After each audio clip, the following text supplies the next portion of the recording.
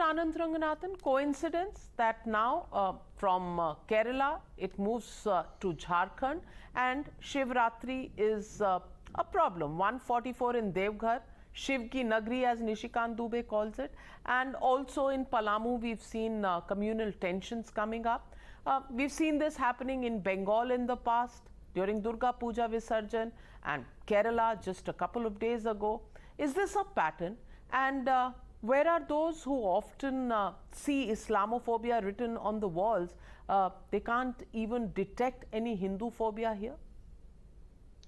Good evening, Navika. We have to be dealing with this issue philosophically, if I may, because this pattern has been there for almost 1,000 years. Hindus and Hinduism have always been targeted because being peaceful and all accommodating and all accepting and all questioning and non-predatory, they give the impression that they, their belief, their way of life, their nation can be subjugated, converted and conquered. RamNavami processions, DurgaPuja processions, Hanuman Jayanti Sobha Yatras, even Garba celebrations are attacked and stoned with impunity. And none of these incidents elicit outrage from the cottage industry of activists and journalists who only highlight incidents where Muslims are the victims. In fact, if we were to believe the goings on in Modi's Hindu Rashtra, all around us, all we see are Dara hua Musalmans. From Jammu, where Dara hua Musalmans are shouting from the top of mosque that they will behead Nupur Tiwari and all those who oppose Azan and Hijab, to Hubli, where Dara hua Musalmans are pouring onto streets because some Hindu kid photoshopped a Bhagwa flag. From Mumbai, where Dara hua Musalmans are gathering in their tens of thousands for the funeral of terrorist Yaqub Memon, to Srinagar, where Dara hua Musalmans are collecting for the funeral of terrorist Burhan Wani. From Aurangabad, where Dara hua Musalmans are rioting in the streets because someone Facebook post said Aurangzeb was a mass murderer, to Assam, where Dara hua Musalmans are burning down a police station. Everywhere you look, there is no Hindu being targeted. All we see are Dara hua Musalmans. So now to the second issue, Navika, I get this and I dare say you do too, all the time.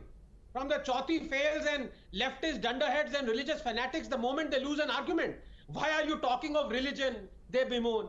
Why all this Hindu-Muslim talk? They say this the moment I talk of religion other than Hinduism.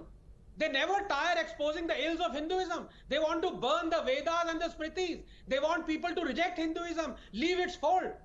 But the moment I quote the holy verses unpalatable to them, the moment I redress the balance, they begin jumping like crabs on a hot pan saying, don't talk of religion, don't talk of religion. Someone tell these hammerheads that religion must be talked about not just some of the time, but all of the time. It is the great disruptor. It has led to illogic and irrationality and murder and terror. It is the longest running dictatorial regime that has subjugated billions and ordered and extracted unspeakable crimes from them. And yet, you don't want a Darwinian atheist to expose its ills. Why? Because you're scared and embarrassed by it. And your embarrassment has turned to hate. Navika, just 30 seconds. Finally, I want to ask a very simple, very polite yes and no question to my friend from the AIMIM. If I say, quote, Islam and Christianity have distinct enmity against all other religions. They are not just satisfied with observing their own religions, but are determined to destroy all other religions, unquote. I want to ask you, sir, yes or no? Am I a communal bigot? Just answer, simple question.